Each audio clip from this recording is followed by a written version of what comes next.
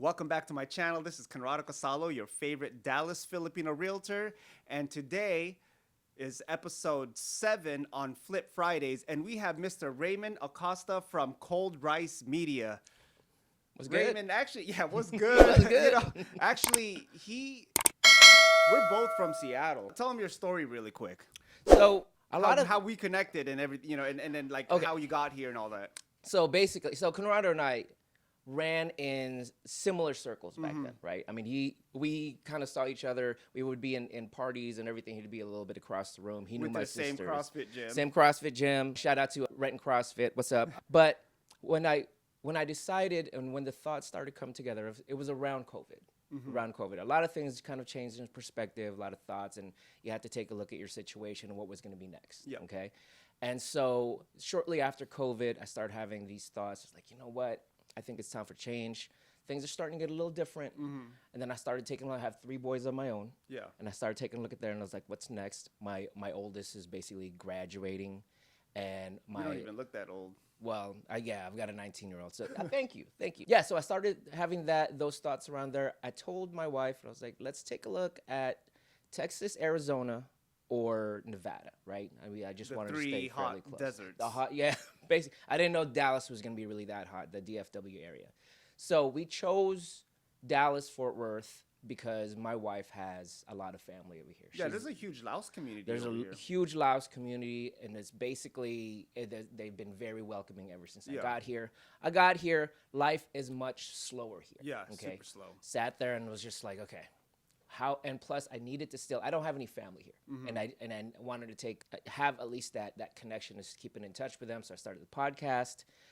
Started looking around, but when I got here, one of the things that kind of stuck out is like, as big as the Asian communities around here, Vietnamese, Lao, and Cambodian in the Fort Worth area, it was sparingly that I found Filipinos, and I'm not used to that. Yeah, you know? it's like saturated with Filipinos, but it's so concentrated. It really is. Here, all the Filipinos are spread out.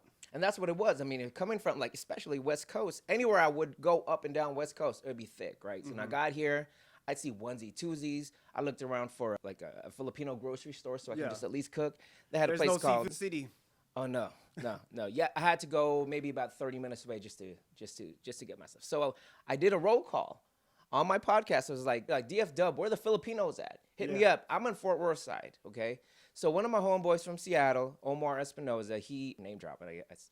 He hit me up on after I published it, and he said, and I think he tagged you. Yeah, he tagged me on, and I'm like, what is this? And then I saw your podcast, and I'm like, why does this guy look so familiar, right? And then when you said, you don't remember me, Renton CrossFit, I was like, oh yeah, that's right, Maria's brother. No, it's just we always crossed paths, but it was just never really fully got introduced. But I didn't know you moved here also.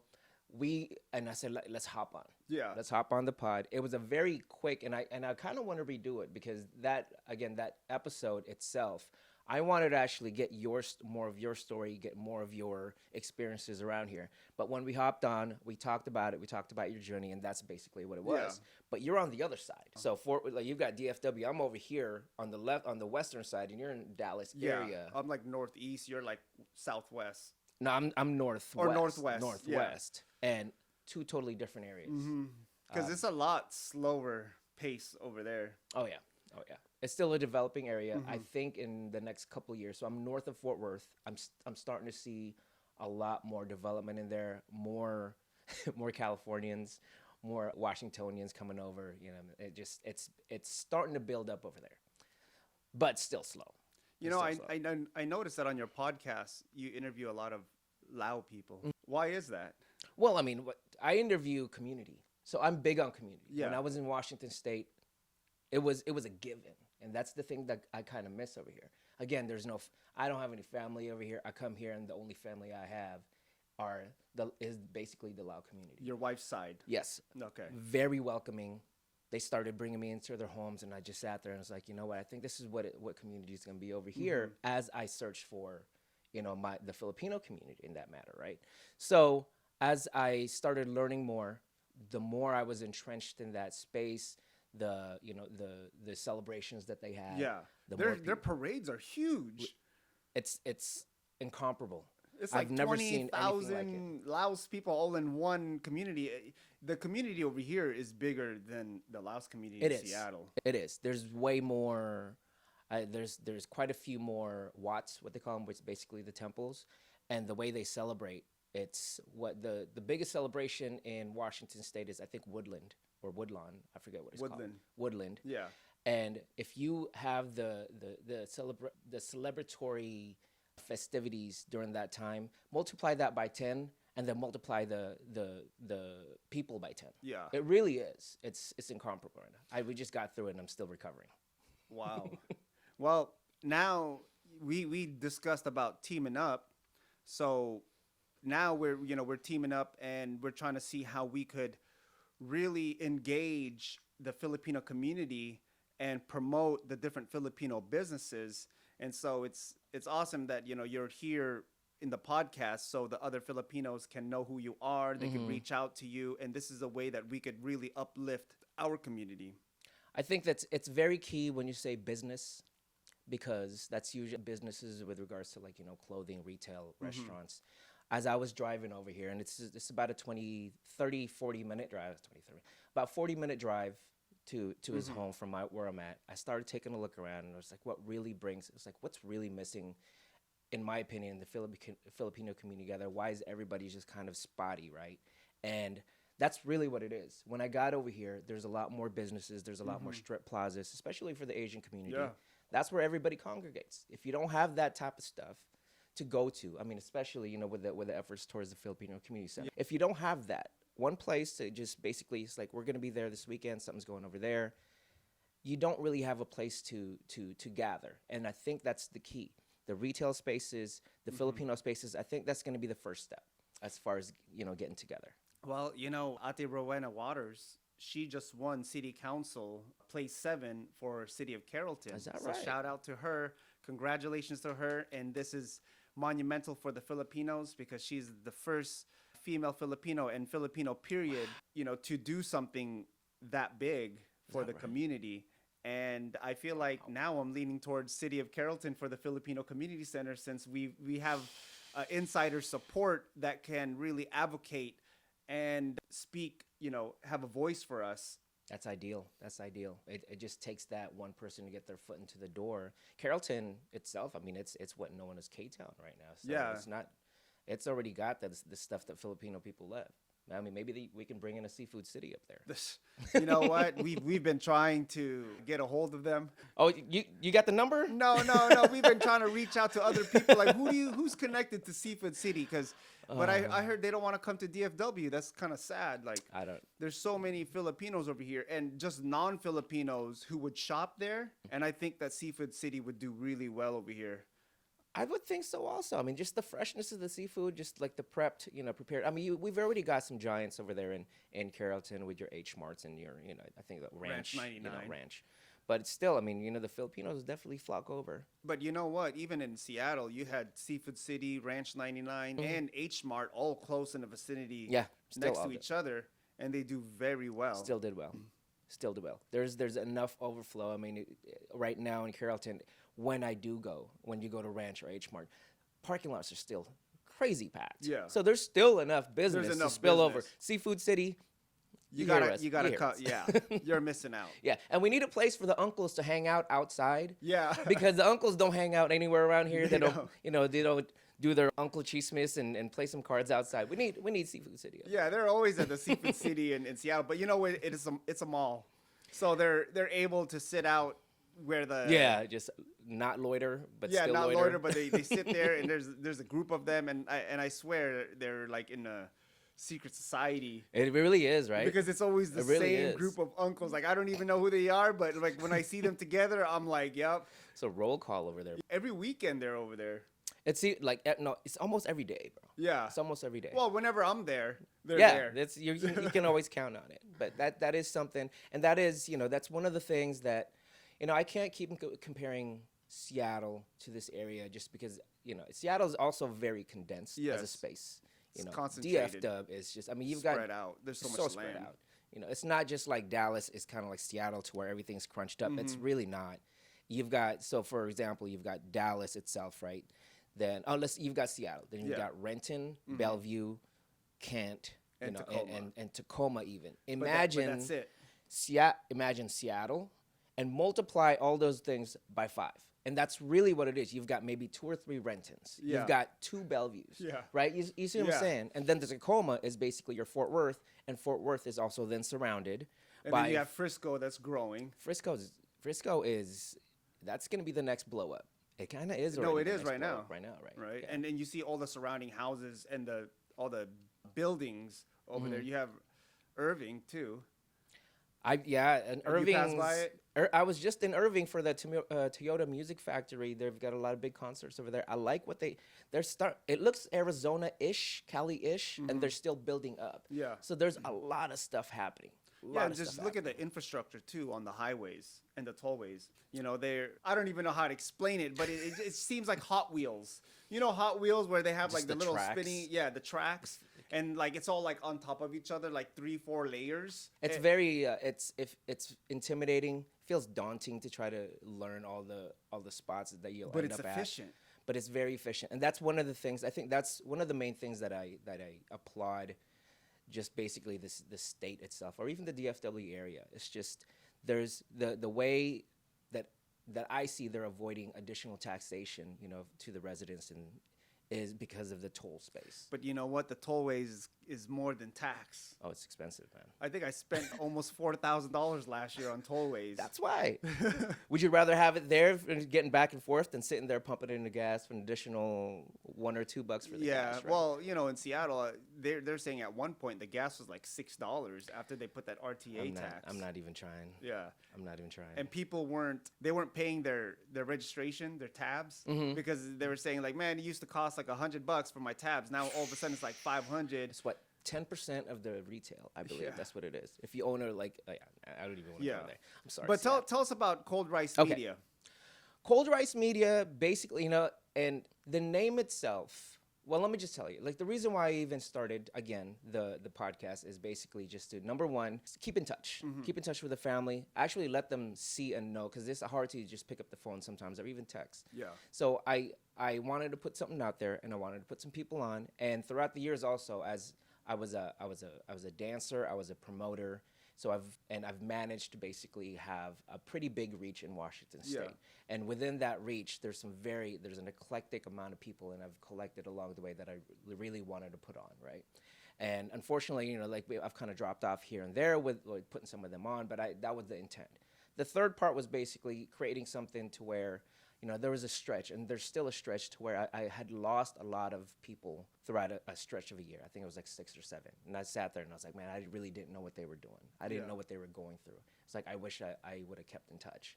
It's my kind of a way to be like, okay, I know life is crazy, and it's, you know, you're running through forest right now with all the stuff that we have to deal with family, jobs, and everything. Let me just put something out there to where if you want to remember me, if you want to commemorate me, you want to see me, it's in the archives. And that's kind of where I am. Maybe it's a little egotistical, maybe it's a little selfish, but it's also something that's like, I'm just building something for you, including for my kids. You know, my kids can always look back and be like, oh, this is really what Dad was doing. Something to look back to. Yeah. So that's why the podcast. But along the way, it's changed. As you meet people, as you interview them, you start getting pulled into their world. You start, you know, I'm very impressionable, and I really want to support. And that's also the third thing, the community factor. Yeah. The Laos community, I want to support it as much as I can because they've been really good to me. And then as far as over here, you and I have come over here. We're trying to build. We're trying to form. I don't know if it's welcome, but we're gonna form regardless. Yeah. Hey, if it's not welcome, then we're gonna have to force it in, right? You know, and I tell a lot of people locally that were born and raised here. I've lived there most of my life. It's like, you know, the stuff that I'm doing right now, like from the West Coast, the different mentality is just we're really close and tight knit, and wanting to have this thing here. We're gonna build it regardless. Yeah. You might end up being outside and looking and be like, these outsiders are coming in and building all this stuff around us. But that's just what we're gonna do. You know, just that's kind of just what we're used to. That's our nature. Yeah, that is our nature. And then we're gonna, and it's not like we're building it for ourselves. Like we really want to build it for the community. And if we have to, we're gonna have to just start taking everybody out of the bucket, all the crabs out of the bucket. You know, it's like that crab mentality where the crabs are trying to take you out take you bring you down, back you know, down. pull you It's like, down. But what we're trying to do is like, no, hey, let's release all the crabs. There's too much talent, too much creativity. There is.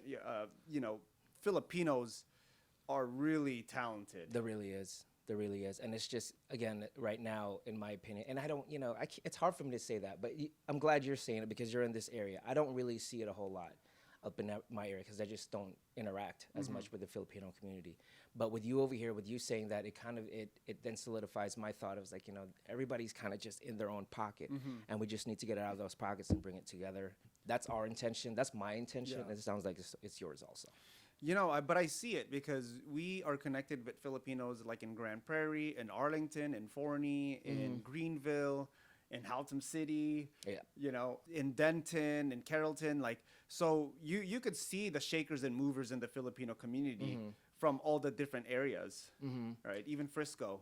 There is, but they don't, it just doesn't, I don't know if they feel like that there is a group that you can actually cling on to or form with to help you get to that next level of notoriety. What I mean by that is so for example, when the whole YouTube space and the content creation space started, there was a group with at least the Asian groups, right?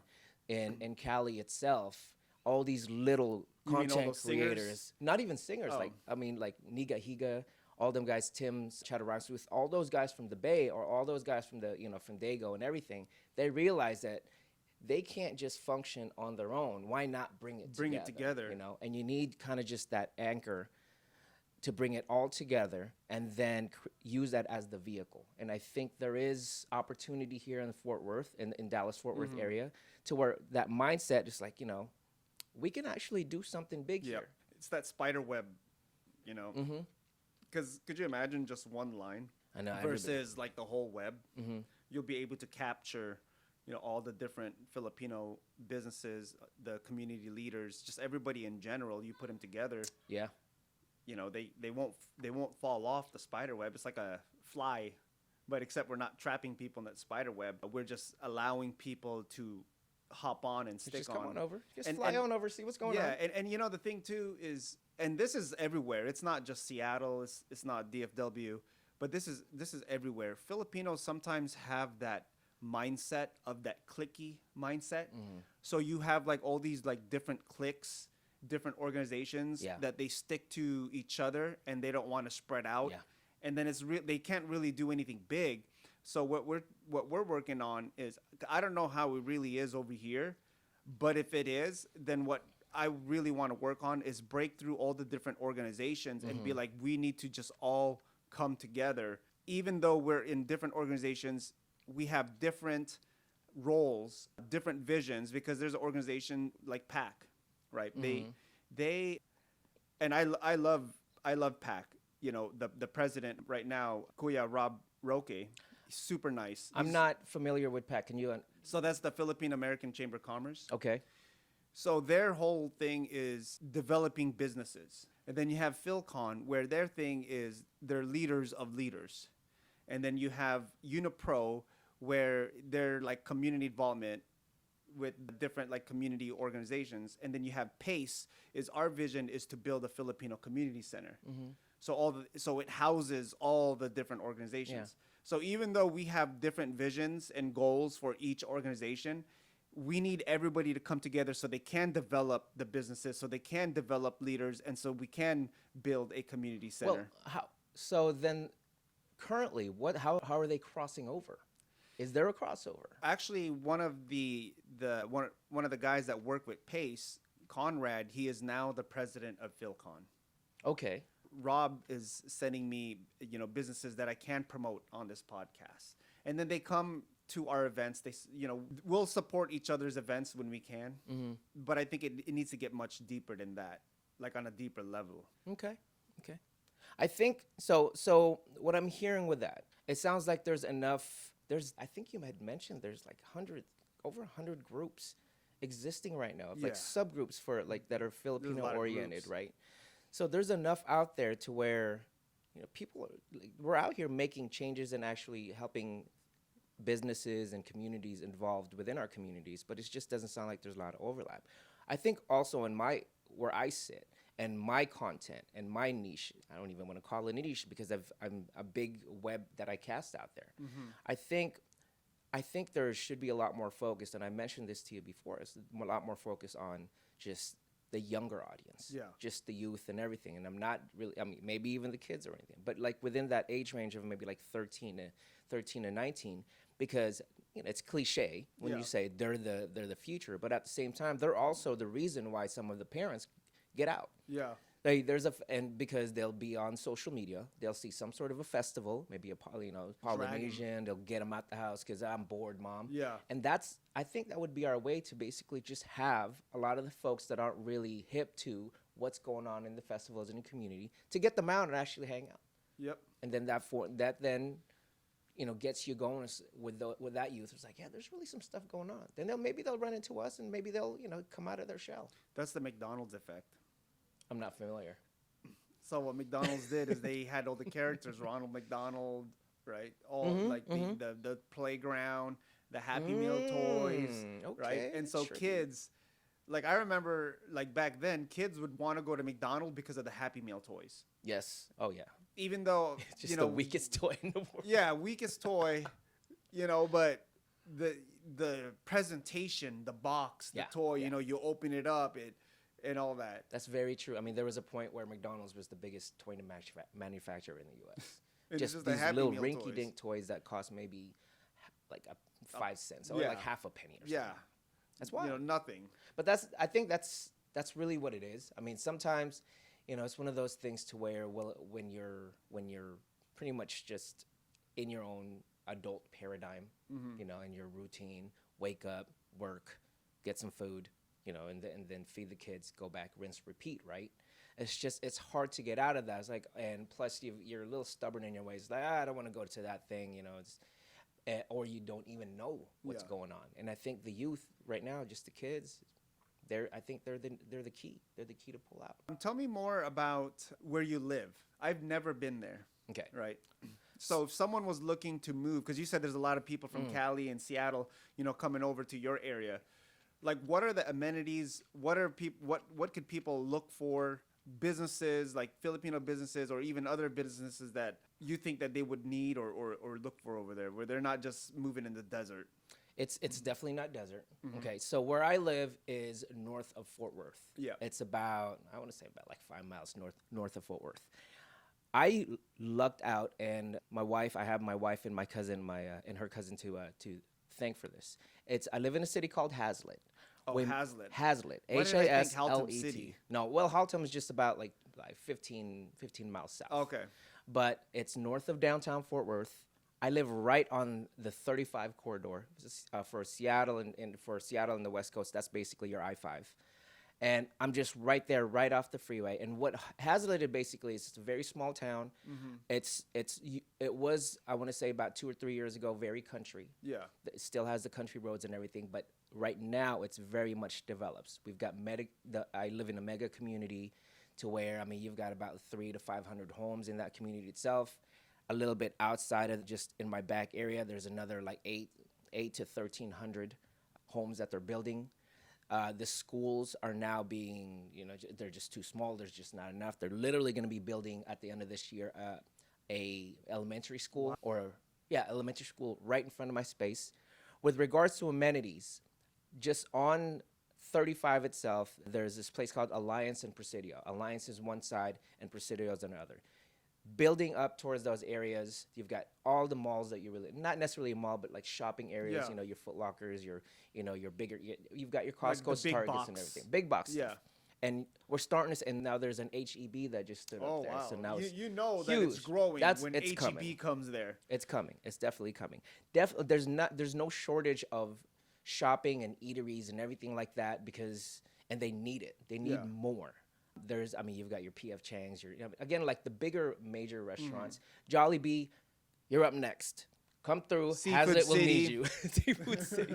But yeah, so we lucked out. One of the main reasons that is Amazon's there.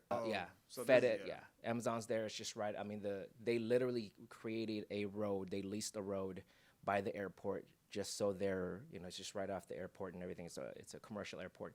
So Amazon's huge there, and a lot of the other businesses coming up they're heading up there. You got big Walmart distribution centers. A lot of the bigger distribution places out there are actually building around. So it's it'll be interesting to see. I mean, within the past couple of years that I've moved here, it's grown so much, but still fairly quiet. Yeah.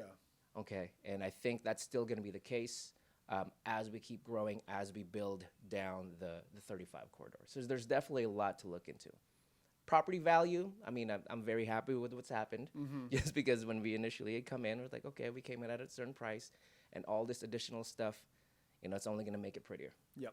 And it's only going to increase that property value. Oh, yeah. So you got it in the low. We did. Hey, that's, there's no better time than now to buy, because I believe that the prices here in DFW is still way lower than the Seattle prices. And once they start coming in and the prices go up, you're going to wish that you took that 5, 6, 7% interest rate and refi when the interests are down. Absolutely. But then it's hard, when you say, hey, I'm going to wait. Like a lot of people say, I'm going to wait until interest rates go down. But the housing market is never going to go down. Even at the interest rate now, it's still up. Yeah. I mean, that's what people tell you. It's just feels like it's being fed into your head to just not buy. Yeah. I mean, you got to have your own personal reasons. If you're ready to go, just don't let interest rates stop you. Because if you also think about it, it's like once the interest rate, if it does, or when it does lower, at least in this particular area, if we're talking about my particular space, and if I was trying to encourage someone to come over, it's like once those rates do go lower, the area itself has developed more to where now the cost of the home is going to be much more. It's going to be much more. Because so a lot of the, again, the Washingtonians, Californians coming over here, we've got that mentality to build. Yeah. It's not just like, oh, leave it the same and just keep it slow. It's like, no, we want to build. We love amenities. We love the big restaurants. So of course, that demand, when they start coming here, that demand's going to be there. So they're going to continue to build. And of course, $500,000-$600,000 homes, before you know it, you're like $800,000-$900,000 for the same type of space. Same type of space. That's kind of that's the curse. So I would love some Filipino neighbors. Come on down. Yeah, come on, Filipinos. So what's like one last thing that you want to say, you want to promote? What do you have going on? My personal promotion for Cold Rice Media is that I again, I'm trying. My wife came to me the other day and it's like, this is, I did an interview and she was like, oh, that's a little off brand. I was like, my brand is, it's really just me here spreading out and creating more of a community for myself here, just because, my community, unfortunately, it's like, I don't really keep in touch much more with my Seattle community over there. And it's, rightfully so, just because they've got their own lives. Yeah. As I grow this community over here on my own and whatever I can do, I want to also then keep promoting those who are actually trying to build. Maybe if you want to get into podcasting or like content creation, maybe the businesses that, that could use 10, 15, 20% more through my reach. May it be that one, singer, artist that is just a little bit slower in their gains, whatever I can do to push it forward. That's really what Cold Rice is right now. May it be just through content creation or may it be through podcasting. I'm just still playing with it. I'm about 8 months in. So we'll see. And if you're out there, if you want to connect, if you want to really just try to see how you can build your particular brand, your particular content, your particular restaurant. I mean, this is happening right now. Yeah. And it's just, we want to support as much as we can. Flip Fridays, I love the fact that it's happening. Just because when I popped it on, I was like, he finally did it. You were talking about it for a while. I kept talking about it for months. After I got on that podcast with you, I was like, man, this is what I want to do. I feel like this is going to help, the community out and really promote people. And you're like, just do it. And I'm like, man, I didn't know how I was going to do it. Nobody wants, and here's the thing, DFW, nobody really cares what these Seattleites are sitting here talking about as far as like, yeah, we want to promote your city. Let's get together. Maybe we'll start your own. You talk about it. I want to learn about DFW through DFW. I don't want to have to keep interviewing particular people. I want to learn through y'all. Maybe we can work together. Maybe we can help support you. Exactly. Someone has to do You don't want these guys to, to build the we're city that you newbies grew over up in. here. You know, we've only been here for like a couple of years. Exactly. No, that's really it. Everything else, I'm very happy that that I'm even on. I love the idea that you're doing this Flip Fridays to support you introducing your area to the rest of the nation here. Yeah. Really, realistically. Well, before I moved here, one of the biggest struggles is I just didn't know what was going on in DFW. I didn't know where to move to. So we first moved to Garland, and where the area that we live, it's really nice. To me, it's like Issaquah in that North okay. Garland, Plano, yeah, like the luxury apartment that we moved into. But I didn't know about the tolls and George Bush. In order for me to get to Costco, I had to go to George Bush, then 75. Yeah. And It's the tolls. Yeah, the tolls It's the tolls. killed us. Everywhere we went, we had to take the tolls.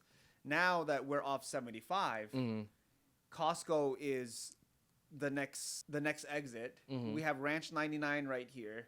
We have H Mart right here. We have Juiceco, Mitsuwa. We have Walmart. We have Target. So now everything is right here. I'm like, this is where we should have been in the first place. It would have saved us $4,000 in tolls. I'm glad you said that, because here's also another reason why, even like if you're not looking in this particular space, right, in the Fort Worth area, Fort Worth, Hazlitt, northern Fort Worth right now, the way it's developing, especially with the Asian community, and I sat there and I was like, where can the Asians gather just to shop as opposed to Haltom City, right? H Mart is actually going to be, they've already cleared the area. H Mart is going to start building, I believe, 2025. Wow. That in itself is going to then be one of the main reasons why a lot of the North and even South Fort Worth and even a little bit West Fort Worth that normally goes to Arlington, for Asian Times Square, that's why they'll remain now in just that area of Haltom City. That area is also fairly undeveloped, so I know the developers will then start bringing some stuff in. They're looking right now. Yeah. They're looking. H Mart's gonna be the anchor. You'll have the karaoke spots, more